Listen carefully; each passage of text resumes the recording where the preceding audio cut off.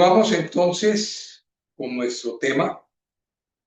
Comenzamos la semana pasada a hablar de las responsabilidades del padre. Recordemos que venimos trabajando la familia como base de la iglesia, que le hemos dedicado tiempo a entender su significado, la naturaleza, la familia en Israel del Antiguo Testamento, la relación entre el pueblo de Dios y la familia a través de la metáfora que nos trae la palabra de Dios. Hablamos de la salvación de las familias, la disciplina y comenzamos hace 8 días a hablar de las responsabilidades del padre. Recordemos que tenemos como tópico: los padres tienen la responsabilidad de amar, instruir y disciplinar a sus hijos en los caminos del Señor. En respuesta, ellos están para ser honrados, obedecidos por sus hijos. En el tema del padre y sus responsabilidades, 5 aspectos de la palabra estamos trabajando. El primero de ellos es el rol del padre. Hoy vamos a trabajar los derechos del padre, la satisfacción, el dolor y el papel que se juega de suegro. Recordemos entonces que hace 8 días hablamos del rol del padre, que tenía que amar y cuidar a sus hijos, que tenía que disciplinarlos y que tenía que instruirlos. Entonces, avanzamos hoy con los derechos del padre. Recordemos que en el mundo los derechos son normas que reconocen y protegen la dignidad de todos los seres humanos. Existen derechos inherentes a todas las personas sin distinción alguna. Eso incluye el derecho a la vida, la libertad, la seguridad, así como derechos a la asistencia y protección en casos extremos. Teológicamente, encontramos que el vocablo derecho como verbo en hebreo es yasar y aparece 27 veces en la palabra del Señor. Y como adjetivo, ese yasar lo encontramos 119 veces. Hay unos sustantivos yoser, mesar y misor, que son empleados en 3 tipos de significado. El primero de ellos, literal, que hace referencia a un derecho, algo que es recto, o los derivados de derecho, llano. Eso lo encontramos en Primera de Samuel 6:12, en Primera de Reyes 6:35, en Salmo 26:12, en Proverbios 12:13, en Isaías 26:7. Otro contexto, el figurativo, hace relación a recto, delante de los ojos de alguien, algo que es grato, algo que es agradable a. Y es cuando está utilizado en Éxodo 15:26, Deuteronomio 6:18, 12:8. Y finalmente el sentido ético, justo, derecho, honesto, de Deuteronomio 32:4, Segunda de Reyes 10:15, Job 1:1. Los eruditos difieren en cuanto al significado original de esa raíz yasar. Algunos consideran a derecho como el significado hebreo literal, mientras otros sostienen que el significado árabe de gentil, sencillo, tratable es el original. El sentido ético es desarrollado posteriormente. No es fácil precisar en qué momento se comienza a utilizar en Israel, pero es posible que esté muy ligado a Moisés, y lo podríamos verificar en Deuteronomio 32:4. Pero sea como sea, este sentido ético-moral es claramente ilustrado en estos ejemplos. El adjetivo aparece como bueno en Deuteronomio 6:18. Aparece como recto y justo en Deuteronomio 32:4. Y aparece como completo, intachable y perfecto en Job 1:1. Hecha esta introducción, entonces, bíblicamente, ¿cuáles son los derechos de los padres? Y encontramos que el primero de ellos es ser honrado por sus hijos. Y los invito a Éxodo 20:12, que en la versión Reina Valera contemporánea nos dice: honrarás a tu padre y a tu madre, para que tu vida se alargue en la tierra, que yo, el Señor, tu Dios, te doy. Ese mandamiento comienza con un verbo positivo, honra, que también es un infinitivo absoluto. Denota una acción continua, honrando a tu padre y a tu madre. La unidad básica de la sociedad era la familia. Y con la introducción de ese mandamiento se notan las relaciones que deben existir entre los miembros de la comunidad del pacto. La familia tenía la función de proveer lo necesario para sus miembros y enseñarles cómo vivir en la sociedad. Por lo tanto, ese mandamiento trata de los menores hasta los ancianos de la familia.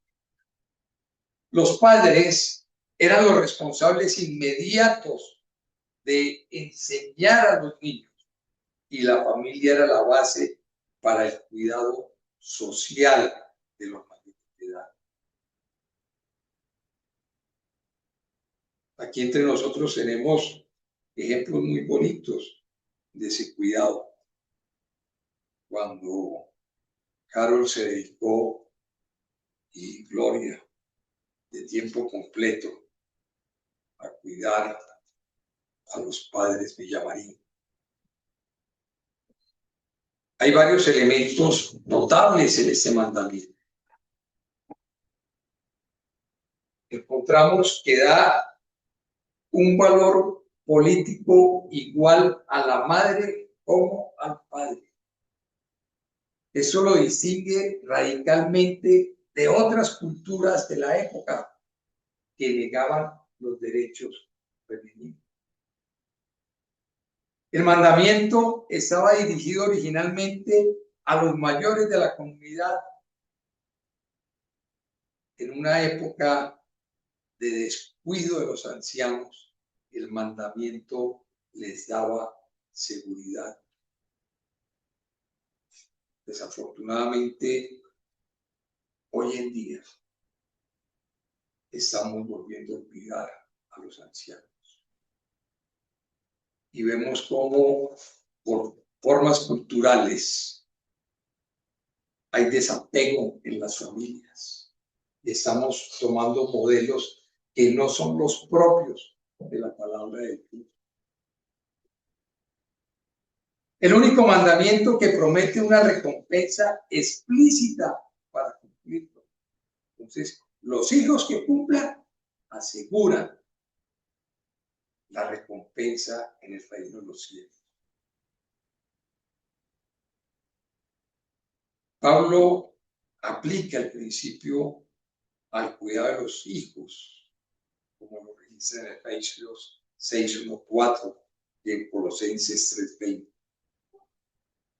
Jesús condenó a los fariseos por una piedad externa que invalidaba el espíritu o propósito del mandamiento de cuidar a los padres. Y eso lo pueden encontrar en Marcos 7:9-13, que textualmente dice: también les dijo, ¿qué bien invalidan ustedes el mandamiento de Dios para mantener su propia tradición?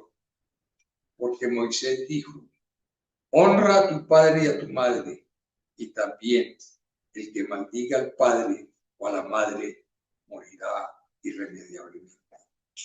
Pero ustedes dicen, basta que alguien diga al padre o a la madre, todo aquello con que podría ayudar es corbán, es decir, mi ofrenda a Dios.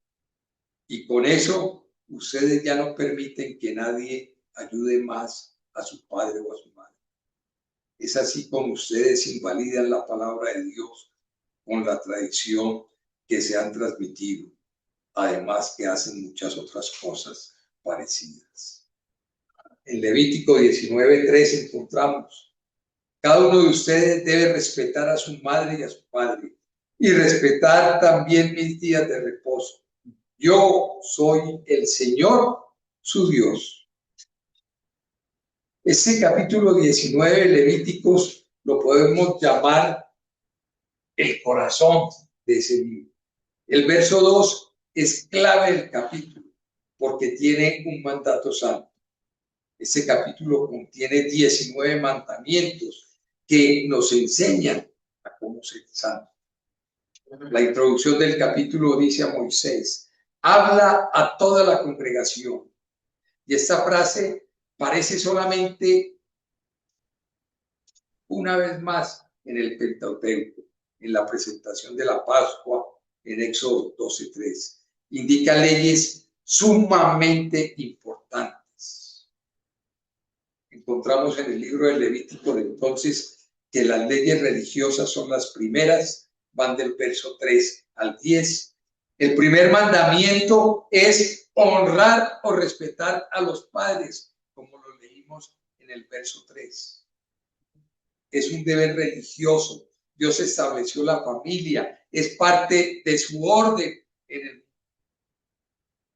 Y luego, en el verso 4 de Levítico, viene la ley de guardar los sábados. Mateo 15:4. Porque Dios dijo, honra a tu padre y a tu madre, a también el que maldiga al padre o a su madre morirá irremediablemente. Este verso está enmarcado en lo que se denomina el choque con los fariseos y saduceos, registrado en Mateo 15, del 1 al 20.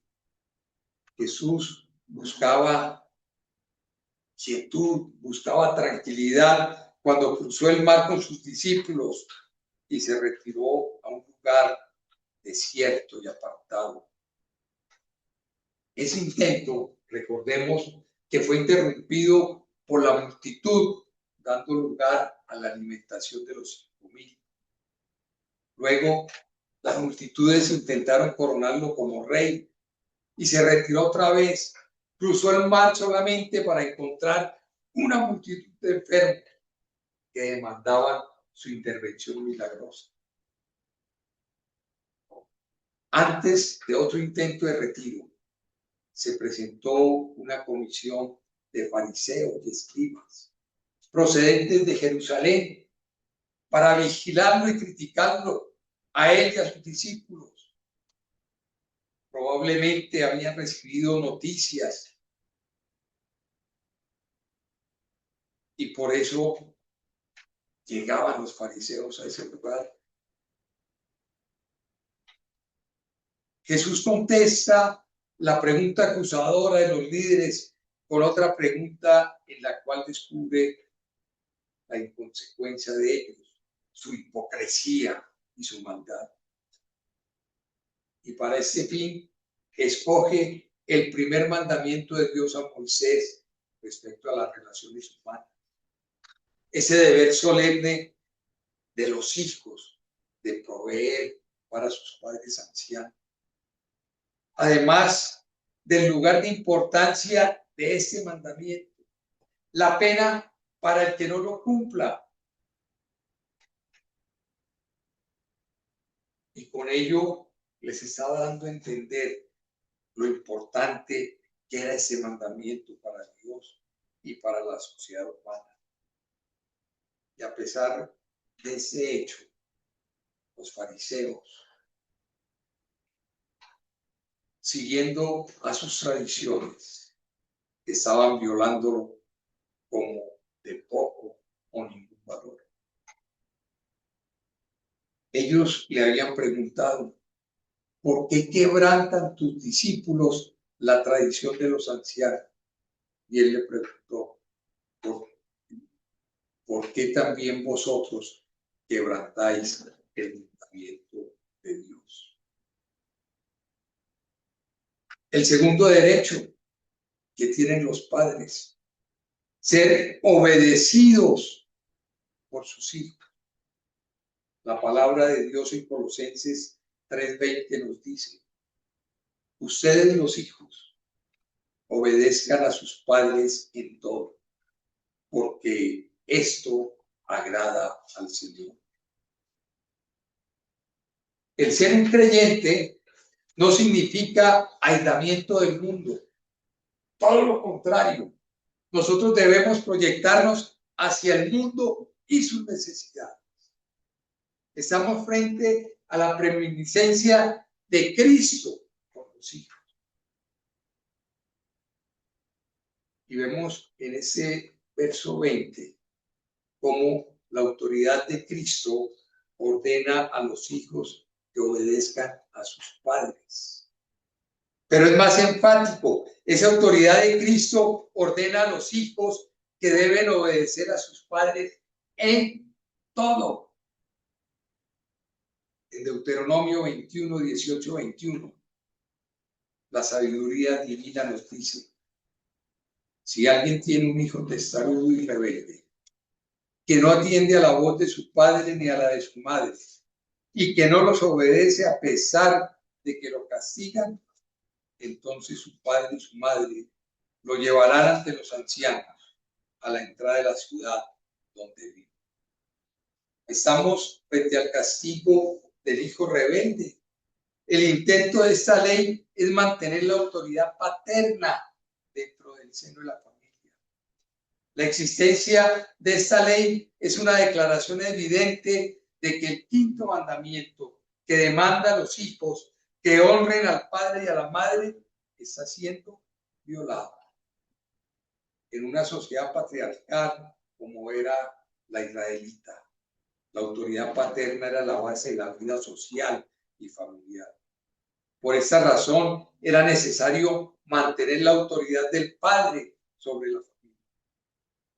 El caso presentado en esta ley habla de un padre que había perdido esa autoridad y necesitaba acudir a los ancianos para resolver un caso de insubordinación de parte de un hijo.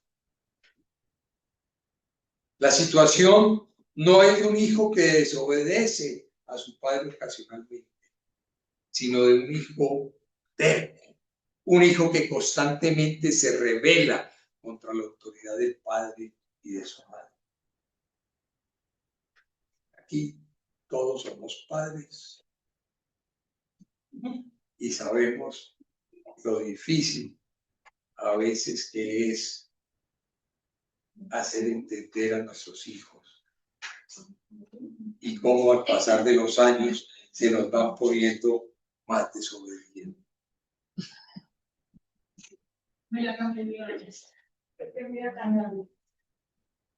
La destrucción de la familia era al mismo tiempo la destrucción de la base moral, social y espiritual de la sociedad y de la vida comunitaria de Israel como un pueblo que vivía bajo las estipulaciones del pacto. Y si retraemos eso a nuestro actual momento, a lo que estamos viviendo en nuestra querida Colombia, eso es lo que han hecho con nuestras familias. Atacarlas, destruirlas, alejar a los hijos de sus deberes. Lucas 2:51 nos recrea un episodio de obediencia y subordinación de Jesús en sus primeros años. Aunque se fue con ellos a Nazaret y vivió sujeto a ellos, por su parte, su madre guardaba todo en su corazón.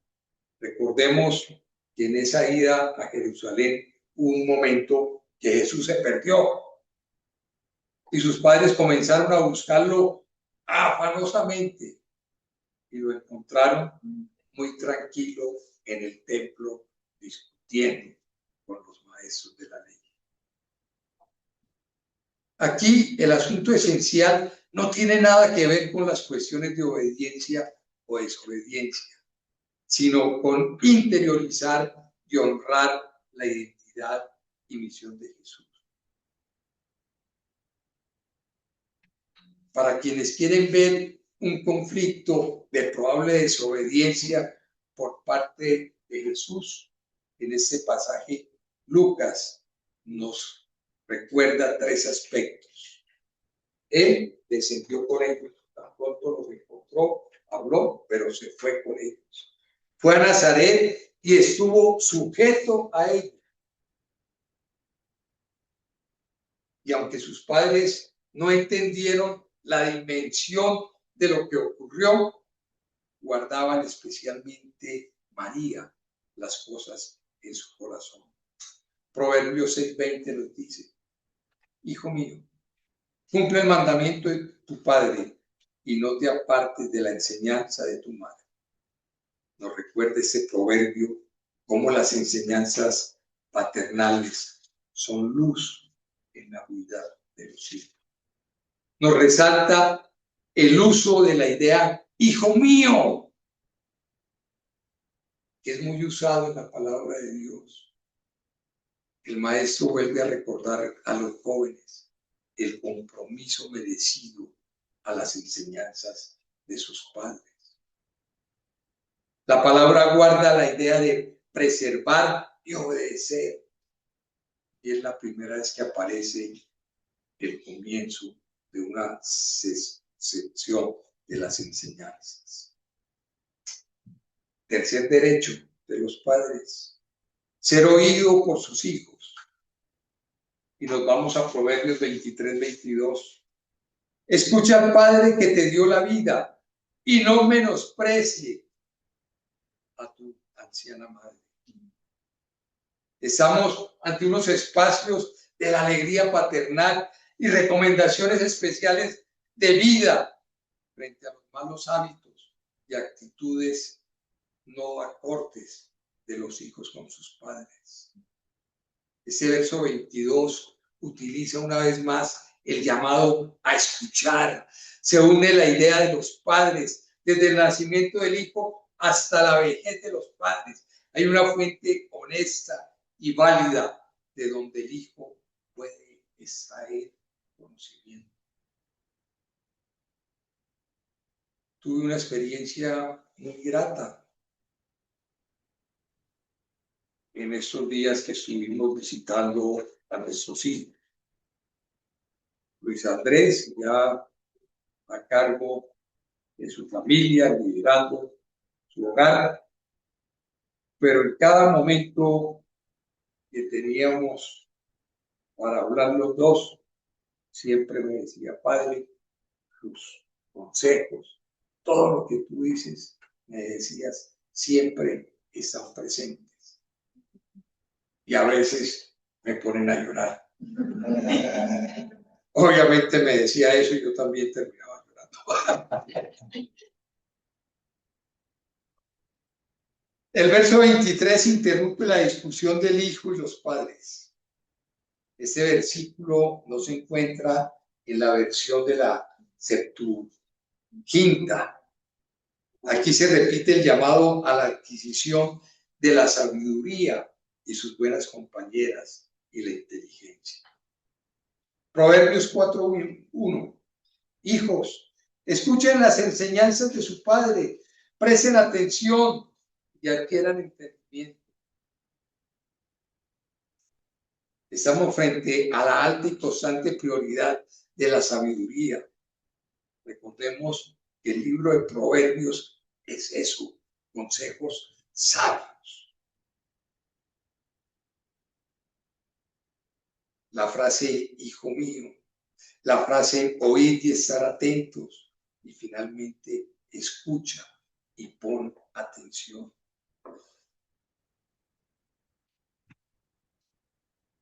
La palabra oír o la palabra escuchar deben tocar al joven en lo más profundo de su ser.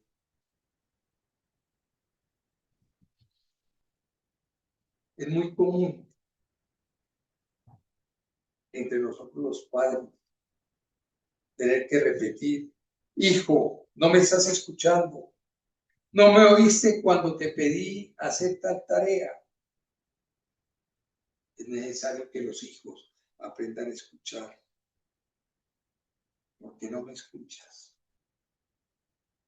Y muchas veces lo hacemos internamente porque ya estamos desesperados y no queremos pasar a un estado de vida.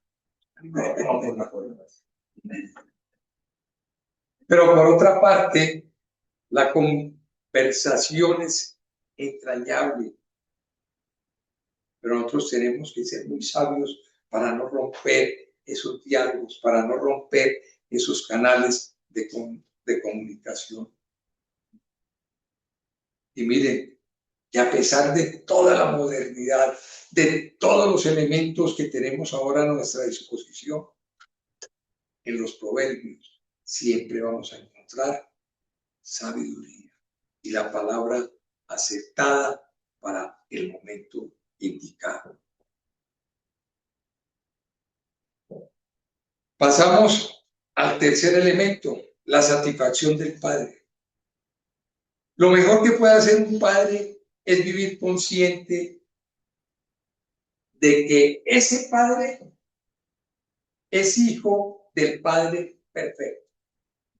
Decíamos hace 8 días que el único Padre perfecto es Dios y el único Hijo perfecto es Jesucristo.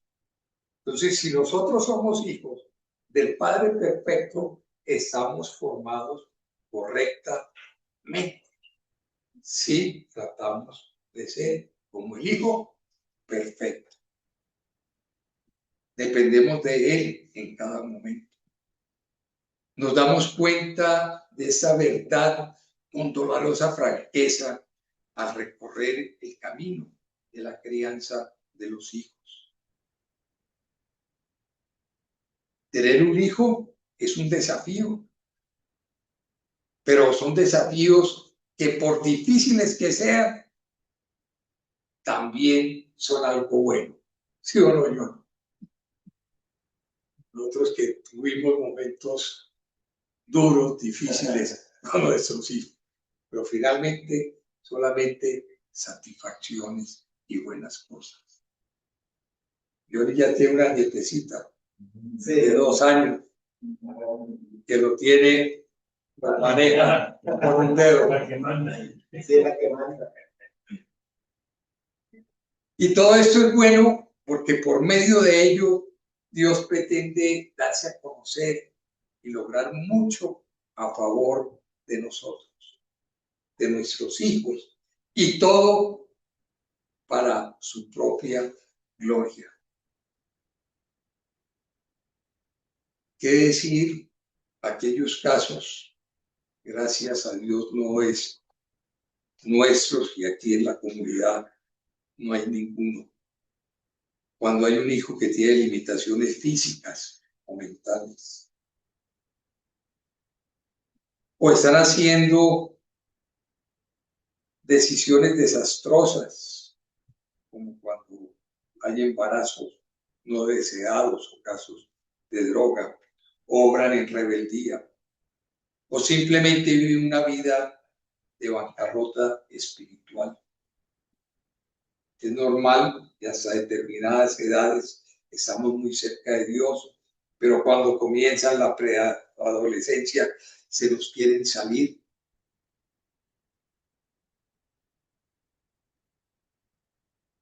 Nuestro Señor y Salvador es mayor que cualquiera de esas cosas y como padres nos ayudará a sobrellevar.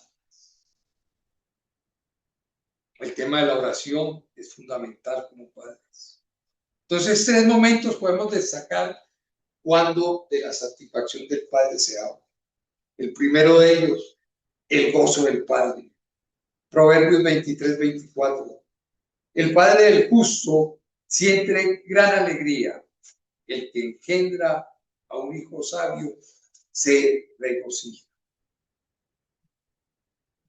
Destacamos de ese verso la unión de las ideas del hijo justo o recto con el hijo sabio o prudente. Qué alegría tener un hijo tan íntegro. Se nota la presencia de la madre en la instrucción y en la celebración del hijo exitoso. Para alcanzar ese gozo, el padre debe confiar en que la gracia de Cristo cubrirá sus necesidades en cualquier situación. Aquí no es la pregunta. ¿Confiamos nosotros en nuestro Señor Jesucristo y nuestro buen Padre Dios para la educación de nuestros hijos? Si nosotros humildemente nos entregamos a depender de la gracia de Él, téngalo por seguro que lo vamos a hallar. Pero si no creemos que la gracia de Dios es más que suficiente y mejor que cualquier cosa, vamos a buscar alivio en falsos refugios, en lugar de ir a Dios en busca de su gracia. El segundo elemento de gozo del Padre, la familia, bendición de Dios. Salmo 127, 3-5 nos recuerda por qué la familia es bendición de Dios. Los hijos son un regalo del Señor. Los frutos del vientre son nuestra recompensa. Los hijos que nos nacen en nuestra juventud son como flechas en manos de un guerrero. Dichoso aquel que llena su aljiba con muchas de estas flechas. No tendrá de qué avergonzarse cuando se defienda ante sus enemigos. Tanto en el Antiguo Testamento como en el Nuevo.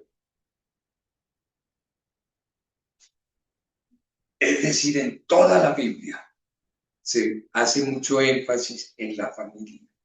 Aquí no habla de prosperidad financiera, se da por sentado que Dios provee. ¿Es o no es así? Nunca falla. Nunca falla. En el plan de Dios, parte del gozo y la bendición del ser humano es disfrutar de la familia. A la larga, los hijos son una ventaja y en el reino de Dios es una ventaja que vale mucho. La última frase del verbo del Salmo muestra ese cuadro de bendición. No excluye problemas ni ataques del enemigo, pero sin embargo nos dice que vamos a estar siempre fortalecidos. Y el tercer elemento de ese gozo del Padre es la familia bendecida. El Salmo 128, 3-4 nos recrea. En la intimidad de tu casa, tu esposa será como una vid con muchas uvas alrededor de tu mesa. Tus hijos serán como un retoño de olivo. Así bendice el Señor a todo aquel que le honre.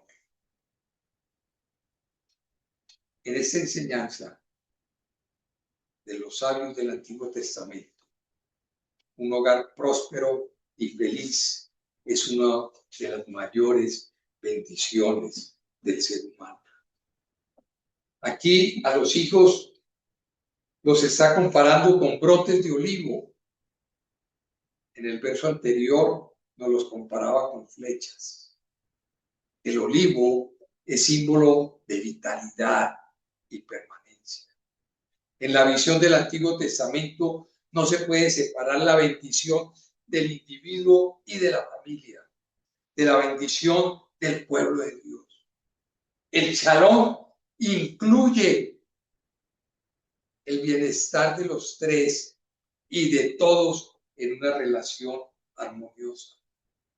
Este salmo es claro que la bendición de Dios, de la familia y del pueblo es un don. El cuarto elemento, el dolor del padre. La satisfacción, no en todo tiempo y no en todo momento genera gozo. También hay dolor. Y entonces tenemos el caso del hijo necio, Proverbios 17:21. Ser padre de un necio es motivo de tristeza. Ser padre de un necio no es motivo de alegría. Estamos aquí frente a personas problemáticas. Apunta a la actividad del hombre malo y su destino. En primer lugar, podemos ver preocupación con buscar intensamente la transgresión o la rebelión, es decir, ir en contra de la moralidad aceptable. En segundo espacio, se mandará el cruel contra él. El cruel es un instrumento divino para el juicio, tal cual como los asirios y otros contra los hebreos rebeldes, como se registra en Jeremías 6:23 o 50:42. Fueron descritos como los hombres crueles. Los crueles pueden significar los malos o los instrumentos de un castigo muy fuerte. El verso 21 se refrenda la tristeza que vendría a los padres de ese hijo necio, aquel que es indiferente a la sabiduría y se siente orgulloso con su necedad. La dualidad de los hijos. Proverbios 10:1 nos dice: el hijo sabio alegra a su padre, el hijo necio entristece a su padre. Aquí tenemos un contraste entre lo justo y lo malvado. Este verso se encuentra los hijos, está el padre, está la madre. Se subraya el impacto del hogar sobre la vida de un hijo y el impacto del hijo y su conducta sobre la tranquilidad de los padres. Presupone un hogar que tiene un padre y una madre comprometidos en la palabra de Dios y un hijo, pongámoslo, cuando era muy joven. La palabra necio no significa que el hijo no haya tenido instrucción, sino que es indiferente a esa instrucción, es irresponsable frente a la vida y por dentro se siente orgulloso de esa irresponsabilidad y de esa libertad que ufana tener. Hay ejemplos en la Biblia de padres que tuvieron tristeza por sus hijos. Está el caso de Caín, está el caso de Saúl con Rebeca y obviamente el hijo pródigo con su padre y sin duda con su madre. El carácter de un hijo afecta los sentimientos y el bienestar bienestar emocional de los padres.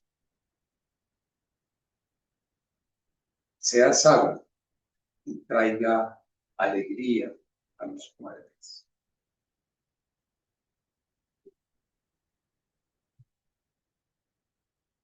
El rol del suegro: acompañar, apoyar, no manipular. Génesis 29, 21, 23.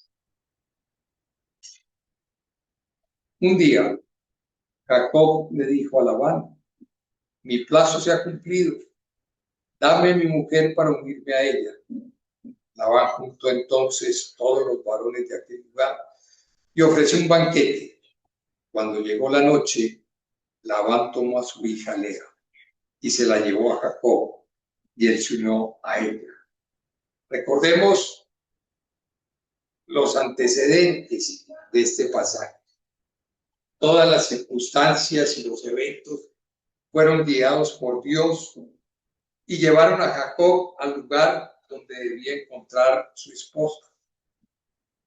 En el desarrollo de ese plan de Dios entran las decisiones humanas, las cuales son guiadas por intereses y ambiciones particulares que finalmente crean conflictos múltiples. La obtención de la esposa para Jacob se desarrollaba, podemos decir, en 3 pasos. El primero, Jacob toma la iniciativa de escoger a su esposa. En un mes de estadía en la casa de sus parientes, en la casa de su tío. Y después de observar las cualidades de las 2 hijas de Labán, él escoge a Raquel. Pero como no tenía que darle, ofrece como dote que iba a estar al servicio de Labán por 7 años. Labán acepta sin más explicaciones o compromisos que decir. Mejor es que te la dé a ti, dice el verso 19. Y tenemos a Jacob trabajando muy juicioso durante 7 años, motivado por el amor que sentía hacia Raquel. 7 años en una espera disciplinada y con un firme propósito de asegurar la descendencia relacionada con el pacto. El segundo momento, cuando llega el momento de la concesión, o sea, el término de los 7 años, Labán le entrega a Lea, la hija mayor, como esposa a Jacob en lugar de a Raquel. El casamiento, según la costumbre patriarcal, era un pacto familiar y el padre era quien debía entregar a la novia. Y además debía ser un acto público. Entonces hay una gran fiesta, una fiesta que generalmente duraba 7 días o más. La novia era entregada al esposo, según la costumbre, con un velo. Los años de espera, la festividad de la ocasión, los tratos de confianza hechos hasta ahora, más la mujer velada, impiden a Jacob reconocer con exactitud la identidad de su novia.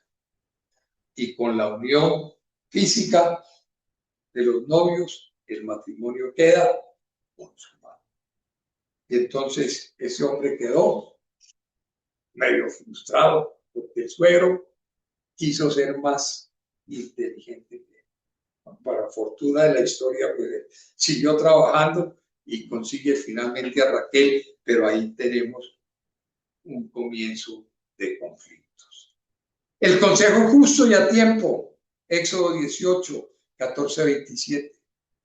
Al ver el suegro de Moisés todo lo que éste hacía con el pueblo, dijo: ¿qué es lo que estás haciendo con el pueblo? ¿Por qué te sientas tú solo mientras todo el pueblo se queda delante de ti desde la mañana hasta la tarde? Moisés le respondió a su suegro: es que el pueblo viene a mí para consultar a Dios. Cuando tienen problemas vienen a mí entonces yo juzgo entre el uno y el otro y les doy a conocer las ordenanzas y las leyes de Dios. Pero el suegro de Moisés le dijo, esto que haces no está bien, pues te cansarás tú y también se cansará este pueblo. Este trabajo es demasiado pesado para ti y no vas a poder hacerlo tú solo. Préstame atención, que voy a darte un consejo y que Dios te acompañe. Preséntate ante Dios en lugar del pueblo y somete a su juicio todos los problemas. Uno de los problemas más grandes para los padres es el estrés que resulta de demasiado trabajo durante varias semanas y en muchas ocasiones sin momento de relax.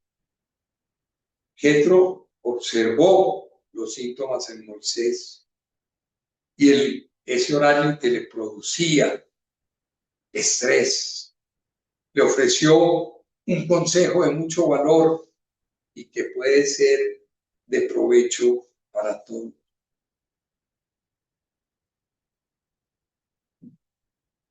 Muchas veces nosotros no nos gusta delegar y nos ataviamos de obligaciones y trabajos. Resulta que nosotros necesitamos tiempo de descanso, tiempo de relax. ¿Y quién más que una persona sabia con más experiencia observe?